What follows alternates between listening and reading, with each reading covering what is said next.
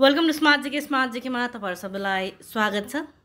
आजको यस भिडियोमा विक्रम सम्वत 2078 मङ्सिर 15 गते बुधबार गोरखापत्रमा प्रकाशित ज्ञानसागर अन्तर्गतको वस्तुगत प्रश्नोत्तर लिएर उपस्थित भएकी छु। मेरो नाम हो श्रद्धा श्रेष्ठ र स्मार्ट जीके नेपालको पहिलो नम्बर 1 अनलाइन इन्स्टिट्युटमा विभिन्न अनलाइन तयारी कक्षाहरू जसमा राष्ट्रिय वाणिज्य ब्याङ्क तह 4, 5, 6 को स्पेशल क्लासेस भइरहेको छ। लिन चाहनुहुन्छ भने सम्पर्क गर्नुहोला अथवा हाम्रो अफिसियल वेबसाइट www.smartgkonline.com भिजिट गर्न सक्नुहुनेछ अथवा हाम्रो एप स्मार्ट जीके डाउनलोड गरेर क्लासेस लिन सक्नुहुनेछ।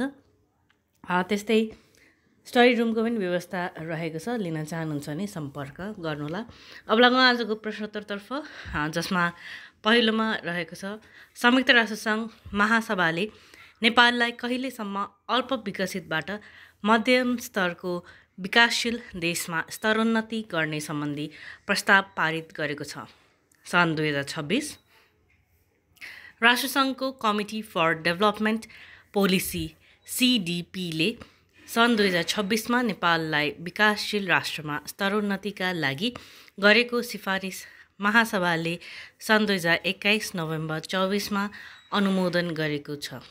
नेपालसँगै बङ्गलादेश र गणतन्त्र लाओसलाई पनि विकासशील राष्ट्रमा स्तरोन्नति गर्ने प्रस्ताव अनुमोदन भएको छ। स्तरोन्नति सम्बन्धी प्रस्तावलाई 5 वर्षको तयारी अवधि दिइएको छ। विकासशील देशमा स्तरोन्नति गर्ने निर्णयसँगै मुलुकका लागि वैदेशिक व्यापारमा चुनौती नेपालले अहिले अति कम विकसित मुलुकको हैसियतमा धेरै मुलुकबाट व्यापारमा सहयोग लिँदै आएकोमा विकासशील भएपछि सुविधा कटौती हुने भएको छ। विकासशील मुलुक भएपछि दात्री निकाय र विदेशी मुलुकले दिँदै आएको सहुलियतपूर्ण कर्जा अनुदान घट्नेछ। अन्तर्राष्ट्रिय व्यापारमा पाएको सहुलियत र सुविधा पनि कटौती हुनेछ। यी विविध सहुलियत सुविधा कटौती हुने भएकाले नेपालले अब थप तयारी गर्नुपर्नेछ। आयात प्रतिस्थापन गरेर निर्यात बढाउन निर्यातजन्य उद्योगका लागि औद्योगिक पूर्वाधार निर्माण गर्नुपर्नेछ। आन्तरिक स्रोत वृद्धि गर्नुपर्ने भएकाले राजस्व सङ्कलन स्रोत बढाउन जोड दिनुपर्नेछ। अर्को प्रश्न रहेको छ, अष्टमी पर्व कुन जातिमा प्रचलनमा रहेको छ? थारू। महिला व्रत बसेर पूजाआजा गरी 2 दिनसम्म अष्टमी पर्व मनाउने परम्परा थारू समुदायमा रहेको छ। पर्वको सुरुको दिन बिहानै गाउँका भलमन्सा वा बडघरको घरमा बहरी बैठक कोठामा का भित्ता लिपोत गरी चुनले रङ्ग्याएर भगवान श्रीकृष्ण र उनको जीवनमा आधारित चित्र कोर्ने परम्परा रहेको छ। पर्वको दोस्रो दिन बिहानै भगवान श्रीकृष्णको पूजाआजा गरिन्छ। पूजाआजा सकेपछि त्यहाँ चढाइएका पूजा सामग्री त्यही बिहान नदी खोलामा सेलाउने गरिन्छ। नदी खोलाबाट नुहाएर आएपछि घरमा फुलौरी, माछाको सुकुटी, खरिया लगायतका परिकार खाने गरिन्छ। खानु अघि प्रत्येक परिकारबाट केही भाग निकालेर राखिन्छ, जसलाई फरहार भनिन्छ।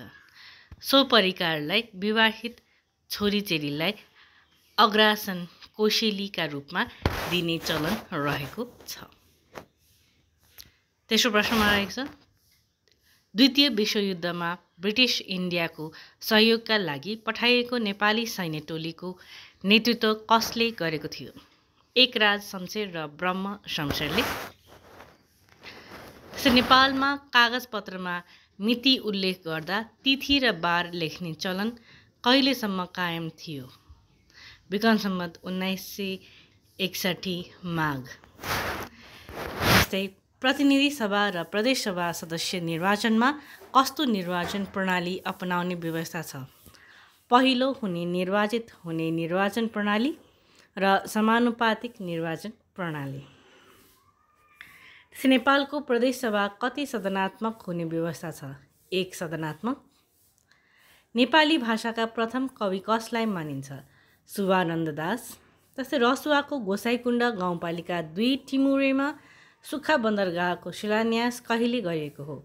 विक्रम सम्वत 2076 मङ्सिर 4 गते यो बन्दरगाह निर्माण सम्बन्धमा नेपाल र चीन बीच 2076 वैशाख 29मा समझदारी पत्रमा हस्ताक्षर भएको थियो। त्यस्तै अर्को प्रश्नमा रहेको छ FTTH को पूरा रूप के हो? Fiber to the home. Nepal टेलिकमले द्रुत गतिको इन्टरनेट सेवा FTTH को शुभारम्भ 2076 भदौ 23 गते रूपन्देही जिल्लाको गैडहवा गाउँपालिका स्थित सूर्यपुरा बजारमा गरेको थियो। FTTH प्रविधि मार्फत परम्परागत तामाको तारको सट्टामा घरसम्म अप्टिकल फाइबर पुर्याई ट्रिपल प्ले अर्थात् भोइस, उच्च गतिको इन्टरनेट र भिडियो सेवा प्रदान गर्न सकिने जनाइएको छ। त्यस्तै अर्को प्रश्न रहेको छ प्रसिद्ध गोकर्णेश्वर महादेव मन्दिर कहाँ रहेको छ? काठमाडौँ। पितृतीर्थका रूपमा समेत प्रख्यात गोकर्णेश्वर महादेव मन्दिर काठमाडौँदेखि करिब 10 किलोमिटर उत्तर पूर्व बागमती नदी किनारमा रहेको छ। त्यस्तै कर्णाली प्रदेशलाई सहयोगापेक्षी सडक मानवमुक्त घोषणा कहिले गरिएको हो? विक्रम सम्वत 2076 माघ 4 गते। सो प्रदेशलाई बेसहारा, असहाय, अशक्त, अभिभावकविहीन सहयोगापेक्षी सडक मानवमुक्त प्रदेश घोषणा गरिएको हो। त्यस्तै अर्को प्रश्न रहेको छ चलचित्रका क्षेत्रमा नोबेल पुरस्कारका रूपमा मानिने प्रसिद्ध ओस्कर अवार्ड पहिलो पटक कहिले प्रदान गरिएको थियो? सन् 1929। सन् 1929मा स्थापित यो पुरस्कार पहिलो पटक सन् 1929मा विङ्स चलचित्रलाई प्रदान गरिएको थियो। हालसम्म बेन हुर र टाइटानिक चलचित्रले सर्वाधिक 11 विधामा अस्कर अवार्ड जित्न सफल भएका छन्। त्यसै नेपालमा सर्वप्रथम कागजी मुद्रा कहिलेदेखि प्रचलनमा ल्याइएको हो? विक्रम सम्वत 2002 असोज 1 गते। नेपालमा राणा प्रधानमन्त्री जुद्ध शमशेरले एक अध्यादेश जारी गरी विक्रम सम्वत 2002 असोज 1 गतेदेखि कागजी मुद्रा प्रचलनमा ल्याएका थिए। पहिलो पटक रु 100, रु 10 र रु 5 दरका कागजी नोट जारी गरिएको थियो। सदर मुलुकी खानाबाट जारी गरिएको ती नोटमा दस्तखत गर्ने खजान्ची जनकराज थिए। त्यस्तै अर्को प्रश्नमा रहेको छ आन्तरिक राजस्व विभागले केन्द्रीय बीजक प्रणालीको सुरुवात कहिलेदेखि गरेको हो? विक्रम सम्वत 2074 मङ्सिर 1 गते। त्यसै नेपाल तथा एसियाली अध्ययन केन्द्र सिनास कहाँ रहेको छ? त्रिभुवन विश्वविद्यालय कीर्तिपुर परिसरमा। यो संस्था भाषा विज्ञान, इतिहास, भूगोल, राजनीतिशास्त्र, समाज विज्ञान र धर्म संस्कृति अध्ययन अनुसन्धान गर्ने थलोका रूपमा स्थापना भएको छ। विक्रम सम्वत 2029 साउन 1मा स्थापित इन्स्टिच्युट अफ नेपाल स्टडीलाई विक्रम सम्वत 2034 भदौमा तत्कालीन त्रिभुवन विश्वविद्यालय ऐन अनुसार नेपाल तथा एसियाली अध्ययन केन्द्र सिनासमा रूपान्तरण गरिएको हो। सिनासले प्रकाशन गर्ने जर्नल विश्वका 112 मुलुकका विश्वविद्यालयसम्म पुग्ने गरेकोमा हाल 58 विश्वविद्यालयमा मात्रै पुग्ने गरेको छ। त्रिवी अन्तर्गत सिनाससहित आर्थिक विकास तथा प्रशासन केन्द्र सेडा, व्यावहारिक विज्ञान तथा प्राविधिक अनुसन्धान केन्द्र सेरिड सञ्चालनमा रहेका छन्। त्यसै नेपालमा पहिलो पटक कलेजो प्रत्यारोपण कहिले गरिएको हो?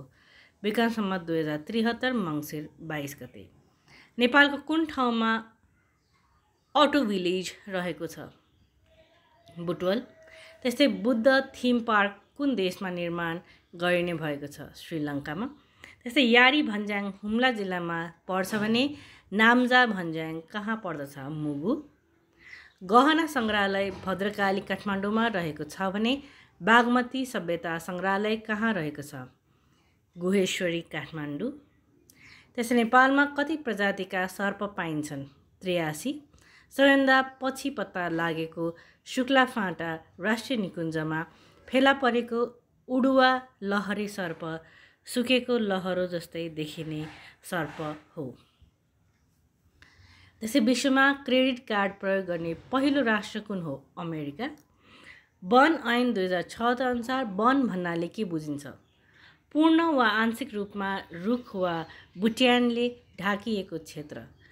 सो ऐनअनुसार निजी वन भन्नाले प्रचलित कानुन बमोजिम कुनै व्यक्तिको हक पुग्ने निजी जग्गामा लगाई हुर्काइएको वा संरक्षण गरिएको वनलाई बुझिन्छ। राष्ट्रिय वन भन्नाले सरकारद्वारा व्यवस्थित वन, वन संरक्षण क्षेत्र, सामुदायिक वन, साझेदारी वन, धार्मिक वन, कबुलियती वन, प्रदेशभित्रको राष्ट्रिय वन वा अन्तर्प्रादेशिक वन बुझिन्छ। त्यस्तै अर्को प्रश्न रहेको छ, नेपालको कुन ठाउँमा हाब्रे रेड पान्डा प्रजनन केन्द्र रहेको छ? इलाम। त्यस्तै अन्डा पार्ने स्तनधारी जीव कुन हो? प्लेटिपस। काठमाडौँमा विद्युतीय तारलाई भूमिगत गर्ने कार्यको शुभारम्भ कहिले गरिएको थियो? विक्रम सम्वत 2076 फागुन 5 गते। त्यस्तै नेपाल पर्यटन बोर्डको स्थापना कहिले भएको हो? विक्रम सम्वत 2055 पुस 16 गते। विक्रम सम्वत 2018 स्थापित पर्यटन विभागलाई खारेज गरी सरकार र निजी क्षेत्रको सहभागितामा सो बोर्ड स्थापना गरिएको हो। विक्रम सम्वत 2033 फागुन 12 पर्यटन मन्त्रालयको स्थापना भएको थियो। उक्त मन्त्रालयमा विक्रम सम्वत 2039 हवाई विभाग गावी पर्यटन तथा नागरिक उड्डयन मन्त्रालय नामाकरण गरिएको हो। त्यस्तै संस्कृतिको कार्य समेत थप गरी विक्रम सम्वत 2057 संस्कृति, पर्यटन तथा नागरिक उड्डयन मन्त्रालय बनाएको थियो। राष्ट्रिय पर्यटन प्रवर्धन समितिको गठन विक्रम सम्वत 2072 जेठ 31 गरिएको थियो। यसको अध्यक्षमा संस्कृति, पर्यटन तथा नागरिक उड्डयन मन्त्री रहने गरेको छ।